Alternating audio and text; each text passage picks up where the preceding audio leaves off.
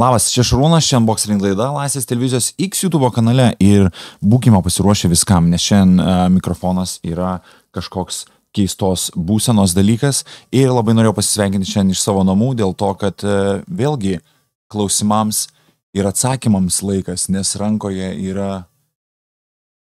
Klausimam ir atsakymam su kava ir Šarūnu.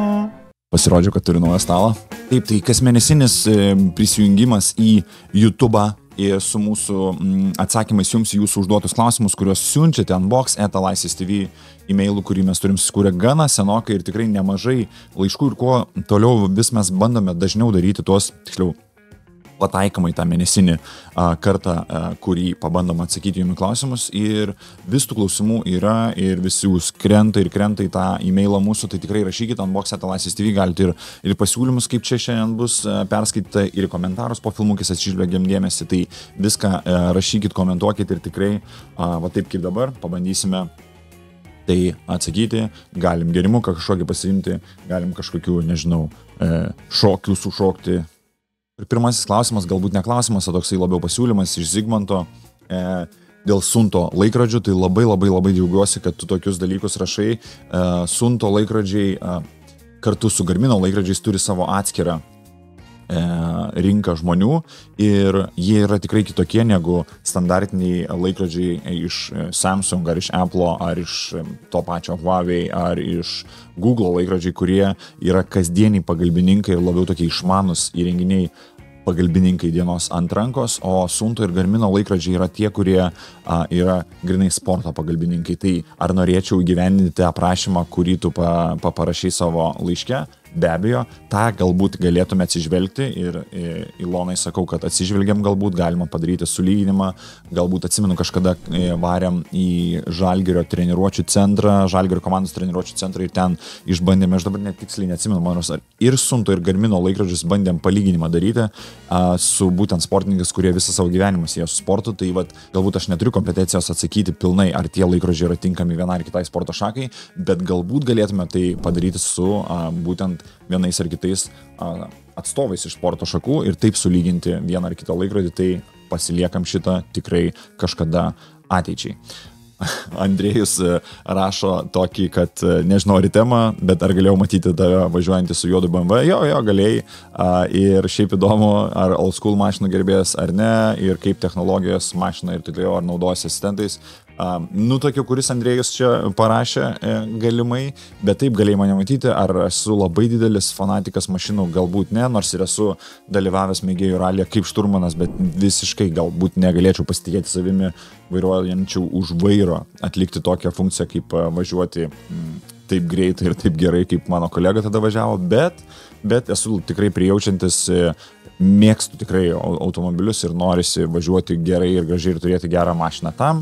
Ar esu visiškai naujų, galbūt jeigu turėčiau didelę krūvą pinigų, galbūt ir linkčiau į naujas, bet kai aplinkoje žmonės keičia ratus ir nori įsigyti vieną ar kitą mašiną visą laiką, bent jau aš pats tai rekomenduoju, šiek tiek senesnę, bet su daugiau, kaip ir tu pats sakai, technologijų prifarširuotą mašiną į vidų, tik dėl to, kad tu galėtum pajausti didesnį komfortą, o ne važinėti su naujesne, kuri galbūt yra šiek tiek barškesnė, ar izoliacijos garso nėra, ar dar kažkokių pribambasų, kuris tiesiog pagelbėja tau dieną. Lygiai taip pat dėl to ir nešiojam tokius dalykus ant rankos, tik tam, kad kasdiena būtų tiesiog lengvesnė, patogesnė, fainesnė ir tau galėtų šitie įrenginiai padėti. Lygiai taip pat ir mašina tau padeda ne tik iš A taško į B tašką nusikrauti save, bet ir tuo pačiu geriau jaustis kelyje, greičiausiai saugiau jaustis kelyje, patogiau, komfortiškiau ir taip toliau. Tai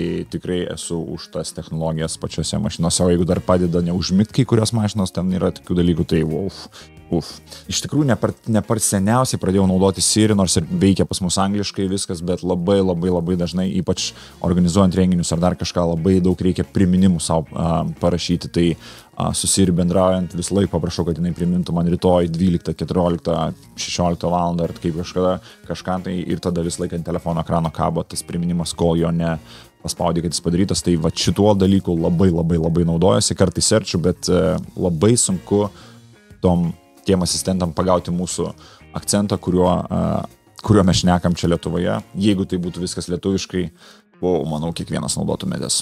Gerai, važiuojam toliau. Ieškau telefono, Nojus rašo, ieškau telefono, Google Pixel arba OnePlus, ar turėtume kokį pasiūlymą. Taip pat kaina galėtų būti nuo 4 iki 700 eurų. Tai labai gerą kainą pasirinki, labai geras kainos rėžis čia yra. Manau, kad ir tas telefonas gali tikti, galbūt ne Pro versijos, Pixelis 7a, jeigu neklystu. 444 kaina yra pigiausia, labai vairiai nuo vietų jo, bet 7a Pixelis yra labai geras telefonas už kainą, tikrai labai rekomenduoju ir jeigu man pačiam reikėtų rinktis ne iOS, o būtinai Androidinį telefoną, tikrai rinkčiausi telefoną iš Google kompanijos Pixelio, būtent tai labai rekomenduoju. Ir ar verta daugiau pinigų mokėti, galbūt dar šiek tiek daugiau pasitaupys jo, bet jeigu tinka telefonas iki šiek tiek daugiau negu 400 eurų, tai labai recommended yra tikrai Pixelis. Ir dar po vienu YouTube filmuku, po Q&A praeitų berods, gal padarytum Google Pixel 8 ar 8 Pro apžvalgą išeis, tai jau jie tie telefonai yra išėję, kainos geros. Tikrai, nes kaip ir tu teisingai sakai, Lietuvoje nėra labai populiarus, nes nėra labai daug pardavėjų, kurie juos pardavinėja, galbūt nestumdo šitų telefonų didžiausi rinkos žaidėjai. Pas mus telekomunikacijų galbūt bendrovės, nežinau, tas pats Topo centras neužsiema grinai prekybą šitų telefonų. Galima juos įsigyti, bet neužsiema ir marketingu, neužsiema, žodžiu, žmonės labai mažai apie juos žino. Ir taip, tu teisus, užsienyje labai populiarus šitas telefonas, labai daug konkurencijos kelia Samsung'ui ir iPhone'ui. Faktas. Ir dar kartą pasikartosiu, jeigu reikėtų rinktis tik iš Androidų, tai be abejo pasirinkčiau Pixelį ir labai norėčiau padaryti, tai labai tikiuosi, kad mūsų partneriai, vieni iš partnerių kažkurių pasiūlys išbandyti, pabandyti ir taip galėtume įgyvendinti tavo šitą pasiūlymą.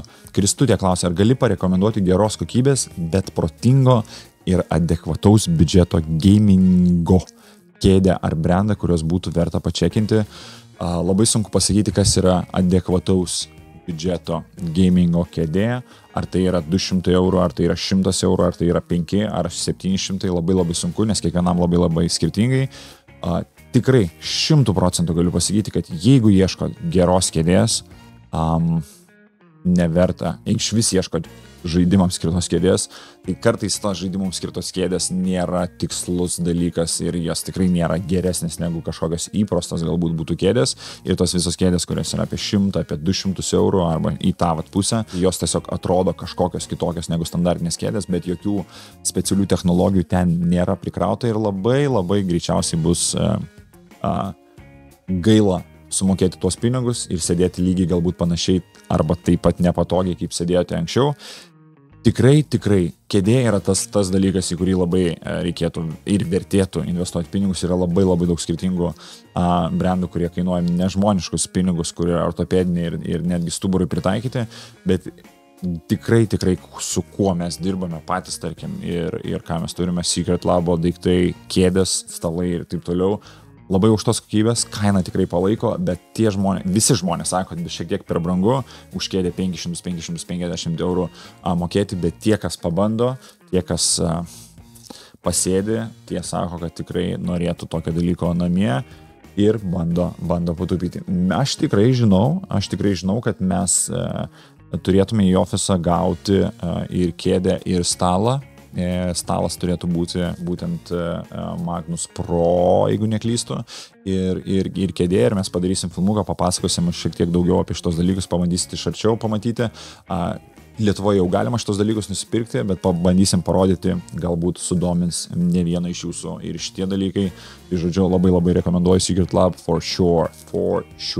Po Lenovo lokų laida, labas, ar geras laptopas, TUF Gaming Ryzen 375H. Kodėl iškeltas šitas klausimas? Ar geras laptopas? Ar jis geras? Faktas. Ar jis geras kaip šiem laikam, va dabar šiai dienai? Ar yra geresnių? Taip. Ar klausi dėl kainos ir kokybės, kiek jis kainuoja, kur tu jį radęs tokį? Gerai, pažiūrim. 16 PM yra gana sena jau plokštė, dabar galvoju, 16 PM išėjo kaip 3 kartos pradžia buvo, jeigu neklystu, 3 kartos RTX, ar 2 pabaiga buvo. Tai yra senesnė plokštė, jinai tikrai yra tvarkinga ir pagrindinės disciplinos CS, League of Legends, tą patį Valorantą tikrai galima pažaisti. Ar tinka redagavimui nuotraukų, taip, ar tinka filmukų redagavimui. Faktas, Full HD ar HD tiesiog filmukus redaguoti be jokių papildomų didelių efektinių projektų. Faktas, ar jisai tinkamas kitiem darbam, kurie per dieną dirbami. Faktas. Ar pažaisi, tarkim, tą patį Starfieldą ar, nežinau, Cyberpunk ant šito, galbūt reikėtų pabandyti pasitestuoti, bet ar bus labai gera patirtis, labai abejoju. Bet jeigu tu gerą kainą šito gauni, nežinau, iš antrų rankų 300, 400, 500 eurų, kažkam naudotis labai good. Toliau iš Instagramo netgi parinko mum iš komentaro klausimėlį, ar gali rekomenduoti ausines, kurios nekristų iš ausų sportuojant, dabar turiu Samsung Galaxy Buds. Buds, jeigu neklystų, Samsungo, žiūrint kurie, jie yra tokie, Buds Live yra tokios kaip piliulios, tai vat klausimas, jeigu tas turi, tai jos man irgi labai keistai kabėjo ausise, bet šiaip iš esmės beveik visos į ausis įkišamos ausinės dažniausiai atvažiuoja komplektacijai su papildomom gumelėm pasikeisti būtent ausinių tas gumelės ir nuo jų labai daug priklauso, ar kristau iš ausų tos ausinės ar ne. Tie, kas tiesiog išsiema iš dėžutės, įsideda į ausis ir tikisi, kad viskas bus gerai, dažniausiai taip nebūna, nebent pataiko gamintojas įdėti tas gumelės, kurios yra būtent tavo ausis, bet šiaip iš esmės labai reikėtų tą pasidaryti ir beveik kiekvienas gamintojas turi tokį aplikaciją, integraciją, ar gerai fitina, ar gerai įsistato būtent tos gumelės ausis, kiek trūksta, gal kartais parekomenduoja mažesnės įsidėti, tai žodžiu, išsibandyti su visomis, plus galima įsigyti atskirai pagal modelį kažkokius ekstra pamažintus ar ekstra padidintus, tai vat, iš esmės galima su visais. Tai jeigu pas tai ne Buds Live, tai pabandykite įsigyti papildomų gumelio ausims, jeigu ne, tai neturiu ką tau parekomenduoti, kad būtent ausims tiktų ir neiškristų, dažniausiai nešioja sportui su tokiais lankeliais, kurie užkabina už ausų, bet tada prisitrina nepatogu, žodžiu, kiekvienam labai yra skirtingai, tai labai rekomenduoju pasibandyti tiesiog skirtingas gumelės. Tai va, dar vieną klausimą, kokia jūsų nuomonė apie ekspozitinės prekes, jos visada pigesnės, ar tai reiškia, kad daiktas gali būti brokuotas arba naudotas prieš tai? Laura klausia. Tai labai šiaip geras klausimas, nes daugelis žmonių labai bijo ekspozicinių prekių ir keista kartais, kad žmonės bijo ekspozicinių prekių, kurios yra ant stendo ir nejungtos. Aš kaip pats kažkada seniau dirbau parduotuvėje. Pas mus, mūsų parduotuvėje bent jau anksčiau, būdavo prekės visos išstatytos, bet jos nebūdavo sujungtos. Paskui po kažkurio laiko, kai atėjo galimybė padaryti Windows demonstracinį režimą, kur nereikėdavo praeiti viso nustatymo, pačių Windows operacinės sistemos ir galėdai prieš, paleidžiant į patį kompą susikonfigūruoti būtent demo režimą, kuris leisdavo parodyti kompiuterio parametrus, kažkokius vaizdus, kaip ekranas atrodo, pabandyti pataipinti ant klaviatūros, kad galėtų žmogus išbandyti. Iki to laiko visą laiką kompiuteriai buvo išjungti ir keista, kad žmonės bijodavo juos pirkti, jie būdavo nenaudoti, be abejo, dėžutė atidaryta, be abejo, kažkas su savo rankom galimai yra lietę, bet vis laik ekspoziciniam prekiam dažniausiai yra taikoma nuolaida ir manau tą 5-10% nuolaidą atperka dažniausiai tą dulkiną galbūt korpusą arba paliestą korpusą. Bet nuo tada, kai atsirado demo režimas, be abejo, visokių hamų būdavo atsiradę, kurie kažką padarydavo patiem kompam, faktas. Bet ar reikia to bijoti? Ne. Jeigu kompas veikia ir jisai yra ant stendo, tu labai daug gali patikrinti dalykų pačiame jame. Aš kalbu dabar, aišku, apie kompus. Telefoną lygiai tas pats, siurbliai. Tas pats, didelė dalis buitinės technikos dažniausiai iš stendo yra pirkami, dėl to, kad jinai tiesiog didelė, jos negalima niekur labai daug sandėliuoti, jeigu nori čia ir dabar, dažniausiai taip ir būna.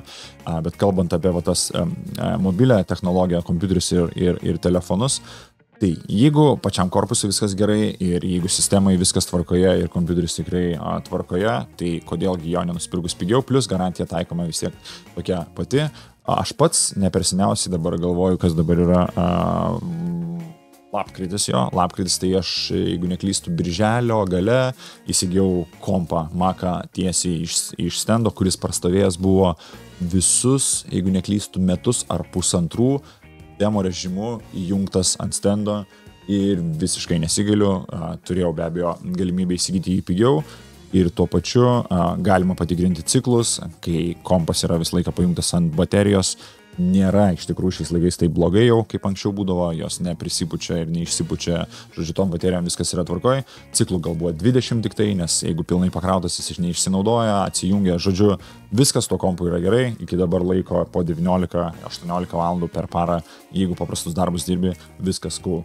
Nebuvo nei vieno įbrėžimo, vienu žodžiu, labai geras dylas gavosi, be abejo, kartais gali nepasisekti, bet kaip ir sakiau, perkant ir tokius dalykus garantija taikoma, be abejo. Plus žmonės ir perka second handus iš Skelbild ir taip toliau, perka tuos dalykus jau panaudotus ir ten dažnai, galbūt ne kiekvienas tenai tą daro ir galbūt bijo to, bet nereikia bijoti. Tikrai nereikia bijoti. Tai buvo paskutinis Lauros klausimas čia šiandien ir labai ačiū, labai didelis dar kartą ačiū visiems, kurie rašot klausimus ir jūsų klausimas gali būti atsakymas ir mano atsakymas gali būti kažkam kitam, o ne būtent jums. Tai labai dėkui dar kartą, ačiū, kad siunčiat, unbox@laisvės TV, tą ir darykit ir toliau, pakeliam po gerimuką ir